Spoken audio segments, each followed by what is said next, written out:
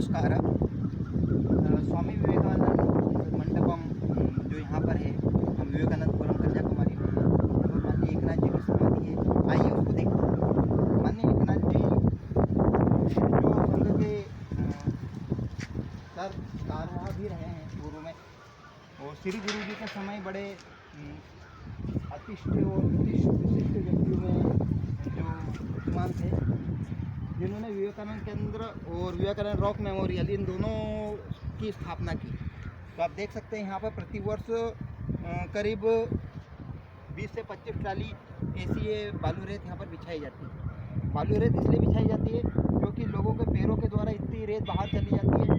कुछ लोग ऐसे हैं जो इस माटी को पवित्र मान करके अपने साथ पैक करके ले जाते हैं, क्योंकि ये साधना की भूमि है। ये साधना की भूमि होने के कारण दूसरा लोग इसे पैक करके ले जाते हैं। तो आइए आज आपको इसका जो सामने दिख रहा है, ये सामने माननीय एकनाथ जी की समाधि है। एकनाथ जी ने अपने जीवन में जो सबसे महत्वपूर्ण कार्य जितने भी किए, वो सब स्वामी विवेकानंद के लिए किए। स्वामी विवेकानंद जी की सामने प्रतिमा है, और यहाँ की विशिष्ट बात यह है कि समाधि से देखने पर विवेकानंद जी के पीछे जो शिला स्मारक दिखेगा, ध्यान से देखेंगे हम तो पीछे शिला स्मारक भी दिखेगा। थोड़ा सा दाएं बाएं करने से दिखने लग जाएगा। जो अंतिम में पीछे की तरफ जो मद्दा दिख रहा है, वो शिला स्मारक है। उस शिला स्मारक के लिए देश भर से एक एक रुपये इकट्ठा करने का जो कार्य है, वो माननीय एकनाथ जी ने किया था। ये वो स्थान है। आप देख सकते हैं इसकी भव्यता, इसकी सुंदरता बड़ी अच्छी है। स्वामी विवेकानंद का ये जो प्रतिमा है, इस प्रतिमा का चयन करने के पीछे माननीय एकनाथ जी का भी बड़ा विचित्र चिंतन था। ये कोई सामान्य प्रतिमा नहीं है, ये बड़ी विशिष्ट और कांसे की बनी हुई प्रतिमा है। यहाँ पर विशिष्ट बात यह है कि ये पूरी प्रतिमा कांसे की बनी हुई है। दूसरी चीज़, ये प्रतिमा का जो निर्माण है, ये जो सामने रॉक मेमोरियल है, वहाँ पर स्थापित करने के लिए बनवाई गई थी, परंतु किसी कारणवश कुछ इसकी हाइट कम होने के कारण ये परिवर्तित कर दी गई, क्योंकि इससे कुछ 2 या 3 फीट का अंतर आ रहा था। जिनकी दृष्टि, इनकी जो देखने की दृष्टि है, ये देखने दृष्टि परास है, उसमें उस हॉल की दृष्टि में थोड़ा सा अंतर आ रहा था, इसलिए ये प्रतिमा यहाँ पर लगाई गई और वहाँ पर दूसरी प्रतिमा का स्थापन किया गया। ये स्वामी विवेकानंद मंडपम इस प्रकार का जो कहा जाता है, वो यहाँ पर है। ये परिवाजक मुद्रा में है। सामान्यतः आपको विवेकानंद जी की जो प्रतिमा दिखेगी, वो ध्यानस्थ अवस्था में दिखती है, आंखों के बंद की हुई अवस्था में दिखेगी, परंतु यहाँ पर विशिष्ट रूप से स्वामी विवेकानंद जी की आँख खुली हुई दिखाई गई है। खुली हुई इसलिए दिखाई गई है क्योंकि इस अवस्था में ध्यान किया जाता है। नेत्रों को खुला रख करके स्वामी विवेकानंद जी का ध्यान की जो मुद्रा है, वो मुद्रा यहाँ पर बनाई गई। आइए हम इसको और अच्छे से परिचय करते हैं। ये जो पत्थर है, ये विशिष्ट रूप से देश भर के जो सर्वश्रेष्ठ पत्थर है, कुछ राजस्थान से, कुछ गुजरात से, अलग अलग पत्थरों का अलग अलग जगह से चयन करके इन सबको बनाया गया। तो यहाँ पर पूर्व में हम माननीय एकनाथ जी की समाधि को देखेंगे, उसके बाद में इसका पूरा परिभ्रमण करेंगे। ये पूरा परिभ्रमण हम करेंगे, ये करीब 15 मिनट का रहेगा। आइए, तो स्वामी विवेकानंद जी की जो हमने प्रतिमा देखी है, यहाँ पर इनका जो स्वामी जी का एक गीता का एक श्लोक जो बड़ा फेमस था, क्लेब्यम्मा स्मगमा पार्थ नेतुपबद्धते क्षुद्रमते दौर्बल्यम त्यक्तोतिष्ठ परंतप, उसको स्वामी विवेकानंद जी बार बार कहते रहे और अपने अनेक उद्बोधनों में उन्होंने उसका वर्णन भी किया। ये आप देख रहे हैं, ये समाधि स्थल है, जहाँ पर गीता का एक श्लोक भी लिखा है। यहाँ पर आप देख सकते हैं माननीय एकनाथ जी राणा है। यहाँ पर उनका टोटल जो वर्णन है, वो यहाँ पर दिया गया है कि वास्तव में आध्यात्मिकता को हमारे जीवन में किस प्रकार से अपनाया जाए, किस प्रकार से सुख दुख के परे हुआ जा सकता है, किस प्रकार से आध्यात्मिकता हमारे रग रग में, कण कण के अंदर व्याप्त हो सकती है। जिस प्रकार गीता कहती है कि कर्म योग, ज्ञान योग, भक्ति योग, तो इन सब में सेवा महत्वपूर्ण कंपलसरी जो एलिमेंट है, उसके रूप में कार्य करता है। तो यहाँ पर आप देख सकते हैं कि जो माननीय एकनाथ जी का जन्म है, वो 19 नवंबर 1914 को हुआ था, और इनका जो अंतिम जो देहावसान है, वो 22 अगस्त 1982 को हुआ।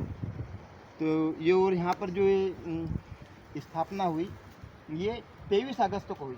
22 को उनका अंतिम दिवस था, और 23 को यहाँ पर उनका समाधि स्थल बनाया गया है।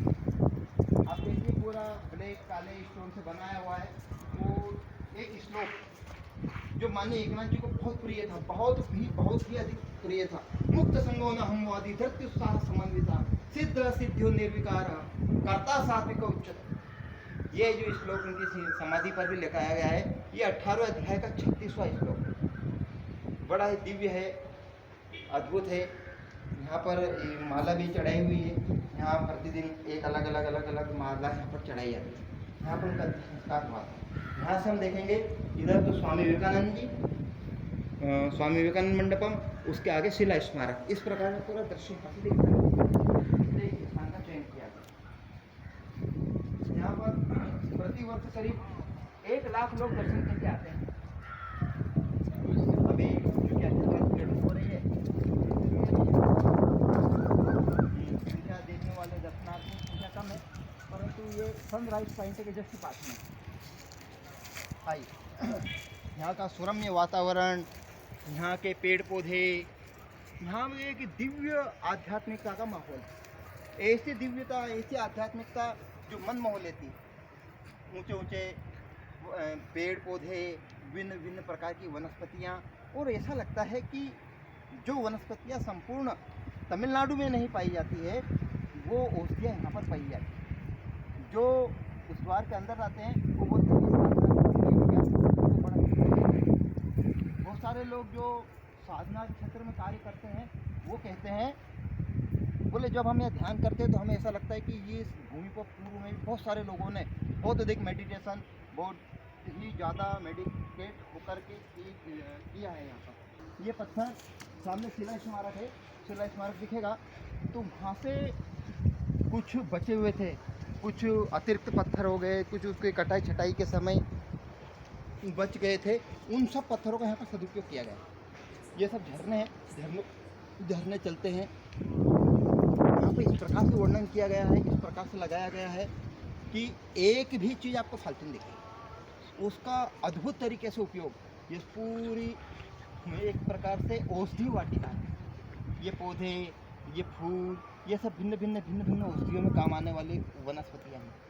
ये फूल पुष्प, इनसे माला प्रतिदिन निर्माण होती है। फूल यहीं के, निर्माण करने वाले भी यहीं के।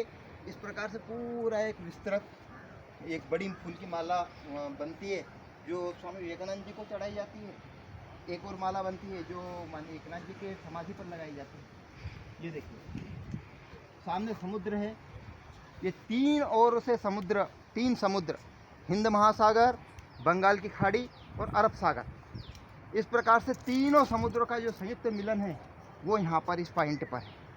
हम यहाँ पर चल रहे हैं, यहाँ पर दोनों तरफ ये पानी के फुहारे में चलाते हैं तो बहुत ठंडक जैसा एक अद्भुत सी अनुभव देता है।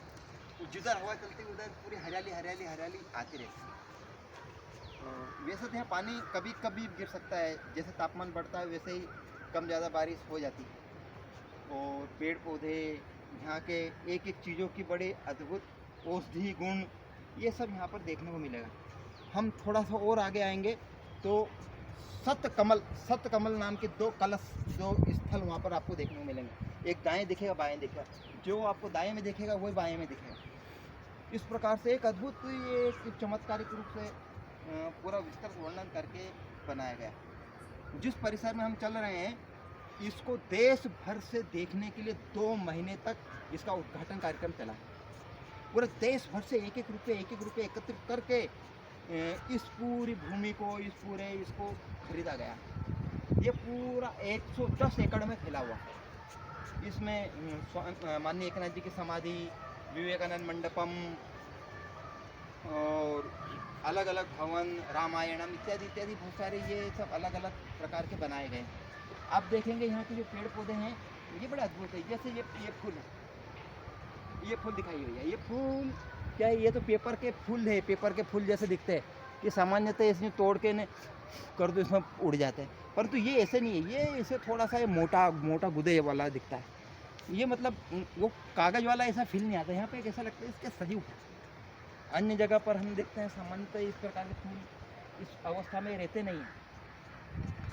यहाँ पर पौधे स्वयं ही टूट कर गिर जाए तो ठीक है, बाकी कोई नहीं उठाता। यहाँ इमली के करीब 800 से 900 पौधे हैं। इमली कोई तोड़ता नहीं, इमली कोई नहीं तोड़ेगा। नारियल के भी करीब इतने पौधे हैं, काजू के भी इतने पौधे हैं। तोड़ते काजू तो खैर अभी क्योंकि ख़राब हो जाते हैं समय के अनुसार, इसलिए तोड़ना पड़ता है। बाकी नारियल बिल्कुल नहीं तोड़ते, गिर जाते हैं, सूख जाते हैं, मुँह पड़े पड़े सूख जाते हैं। बहुत सारे तो पड़े पड़े उग आते हैं, उनको काट के ना अलग करना पड़ता है क्योंकि वो बाधा बनते हैं। तो ये इस प्रकार की व्यवस्था है। यहाँ इमली कोई बेचता नहीं, यदि बेचे तो ये कम से कम 2 से 3 लाख रुपए की हो सकती है, पर ये बेचा नहीं जाता। क्यों? क्योंकि यहाँ इनका मानना है कि यहाँ पेड़ पौधों से उगने वाली सारी चीज़ें, गिलहरी, पक्षी, इनका सबका अधिकार है, इस प्रकार का मानना है। इसलिए यहाँ बेचने वाला मामला नहीं। यहाँ पर तो उनको खिलाने के लिए और बिल्कुल झपाटा मारने की ज़रूरत नहीं, स्वतः गिरता जाता है, आता जाता है। और ये पूरा को हम समुद्र तट के ऊपर लेकर चलते हैं। यहाँ से हम सीधे समुद्र तट, ये शिला स्मारक सामने दिख रहा है, शिला स्मारक, ये शिला स्मारक तक आ गए हैं। ये शिला स्मारक आने के बाद में ये वट वृक्ष है, अखंड वट वृक्ष। ये माननीय एकनाथ जी के कार्यों का जिसको सभी प्रमाण कहा जाए वो है। ये माननीय एकनाथ जी, इसके नीचे कितनी बार रुके हैं। ये माननीय एकनाथ जी का वो यहाँ पर सभा का ये साक्षात प्रमाण है। क्या कितने सारे साधु संत दिव्य महापुरुषों ने कार्य किया है, ये यहाँ पर दिखता है। आइए अब हम आगे चलते हैं। सामने शिला स्मारक दिख रहा है। शिला स्मारक के साइड में जो दिख रहा है वो ब्रिज, जो कि कांच का ब्रिज, भारत का पहला फर्स्ट ग्लास ब्रिज, भारत का पहला ग्लास ब्रिज कन्याकुमारी में बनाया गया। वहाँ पर नीचे बड़ा अद्भुत दृश्य दिखता है, ऐसा लगता है कि अपनी कांटे बड़े विशिष्ट हैं, कांटे भी दाएं गिरे बाएं गिरे, हर तरफ से पैर में चुभने के लिए पर्याप्त है, क्योंकि इसके चारों तरफ इसके मुँह है।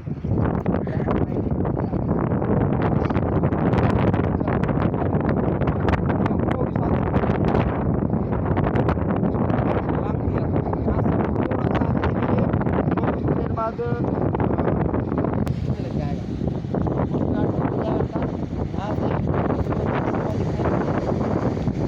सीमा थोड़ा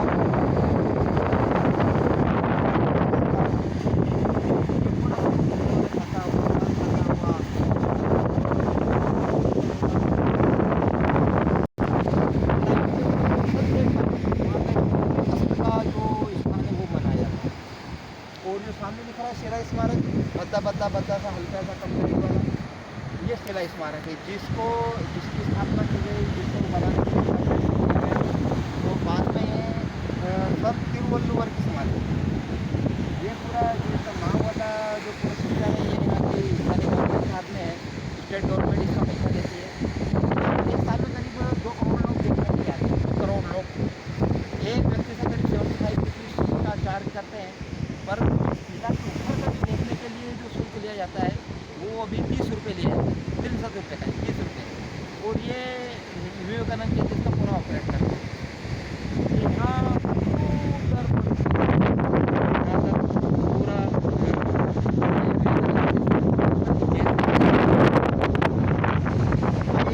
बालाजी का मंदिर है। ये 10 एकड़ की ज़मीन विवेकानंद केंद्र ने बालाजी मंदिर निर्माण के लिए डोनेट की थी। ये वहाँ पर बनाया हुआ है, गाँव ID कार्ड मेरा है वो चाहिए। प्लांट समुद्र के पानी को पीने योग्य बनाने के लिए, ये समुद्र का पानी यहाँ से बड़े बड़े टैंकों में आता है और ये इजराइल पद्धति से पूरा फिल्टर करता है। यहाँ पर सौर ऊर्जा प्लेट वगैरह भी लगी हुई है, बाद में जाकर देखेंगे सौर ऊर्जा प्लेट लगी हुई है। इजराइल पद्धति से पूरा पानी फिल्टर करता है। तो आइए देखते हैं कितने क्या अद्भुत आपको दृश्य यहाँ पर दिखेगा, दृश्यम।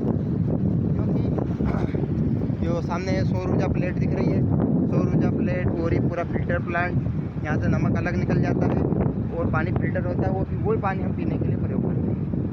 ये सामने त्रिवेणी है, नीम पीपल बढ़ के संयुक्त आपको त्रिवेणी दिख रही है। यहाँ आसपास आप यदि ये मंदिर दिखाएंगे तो एकमात्र यह स्थान है जहाँ से एक साथ 3-3 मंदिरों के दर्शन होते हैं। इधर भी मंदिरम है जो ये कार्तिकेय स्वामी का मंदिर है, कुमार का मंदिर है, और इधर बालाजी मंदिर है, तिरुपति बालाजी की तर्ज पर पूजा होती है। बड़ा अद्भुत दृश्य है। यहाँ से थोड़ी देर बाद जल सेना के जो कुछ कमांडो है वो कमांडो अपने नाव लेकर जाएंगे। देखेंगे तो कुछ नाव में से लाइट जैसी चमकती दिखेगी आपको। ब्रिज के ऊपर बहुत ही ध्यान से देखेंगे तो अभी चूँकि प्रकाश अधिक है, थोड़ी देर बाद दिखने लग जाएगी तो ये ऐसा दिखेगा। यहाँ कोस्ट गार्ड यहाँ से पूरी नाव लगती है, पूरी एक लाइन बनती है। बहुत बार भारतीय मछुआरों को ये श्रीलंका के समुद्र पकड़ कर ले जाते हैं। क्यों? क्योंकि समुद्र में पता ही नहीं लगता कि यहाँ तक मछली मारने के लिए चली गई। इसलिए मोदी सरकार ने यहाँ पर बड़ा विशिष्ट प्रयोग किया है कि वहाँ पर कोस्ट गार्ड स्थायी के रूप से खड़े कर दिए। यहाँ से प्रतिदिन करीब 100 से 250 कोस्ट गार्ड की जो नावें हो जाती है यहाँ पर अभ्यास इसमें जल सेना के बहुत सारे कमांडो अभ्यास करते हैं। यहाँ से बहुत बार ऐसा सुनने में आया है कि आतंकवादी भी जब आते हैं तो रात के समय, अब चूँकि समुद्र का कोलाहल ही इतना अधिक है कि छोटी मोटी नाव की तो आवाज़ ही नहीं आती। यदि कोई पनडुब्बी से अंदर आ जाए तो पता नहीं लगता है कि कब आ गया कब चला गया। इसलिए यहाँ पर विशेष और थल सेना के भी यहाँ पर कुछ सैनिक लगे ही रहते हैं। ये सब पूरा यहाँ पे अंतिम क्षेत्र है। ये पूरा भारत घाट वगैरह है वो तैयार हो रहे हैं। वो पूरी एक बड़े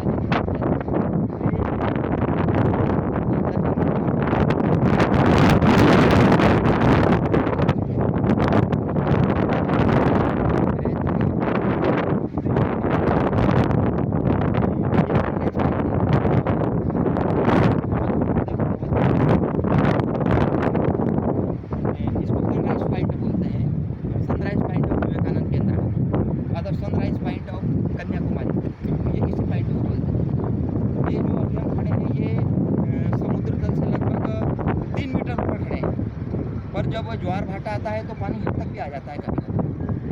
तो यहाँ से कोई बिह करके नहीं आई, इसलिए वाल लगाई है ताकि